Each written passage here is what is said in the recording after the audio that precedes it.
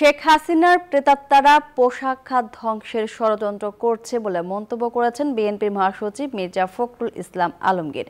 শিল্প কারখানাকে রক্ষা করতে জরুরি ভিত্তিতে টাস্কফোর্স গঠন করার আহ্বান জানান তিনি। বিকেলে গাজীপুরে তিনি এসব কথা বলেন। শেখ হাসিনাকে দেশে ফেরাতে সরকারকে আইনগত ব্যবস্থা নেওয়ার আহ্বান জানান বিএনপির মহাসচিব। তিনি আরও বলেন, অন্তর্বর্তীকালীন সরকারকে অবাধ সুষ্ঠু নির্বাচনের দায়িত্ব দেওয়া হয়েছে। এদেশের মানুষ ভোট দিয়ে সরকার নির্বাচিত করতে চায়, জাতিকে বিভক্ত করার চেষ্টা করা হচ্ছে বলেও মন্তব্য করেন মির্জা ফখরুল। এছাড়াও আওয়ামী লীগকে মোকাবেলা করতে সবাইকে ঐক্যবদ্ধ থাকার আহ্বান জানান তিনি। আওয়ামী লীগের এদেশীয় দোসর এবং ভারত পোশাক খাতকে ধ্বংস করার পায়তারা করছে বলেও মন্তব্য করেন তিনি। এখন আমাদের বিরুদ্ধে ষড়যন্ত্র শুরু হয়েছে, আমাদের ফ্যাক্টরিগুলোতে গোলমাল করার চেষ্টা করা হচ্ছে, সেখানে আমরা কোনো প্রোটেকশন পাচ্ছি না। টাস্ক ফোর্সের ভিত্তিতে, জরুরি ভিত্তিতে আপনারা এই ব্যবস্থাগুলো গ্রহণ করুন।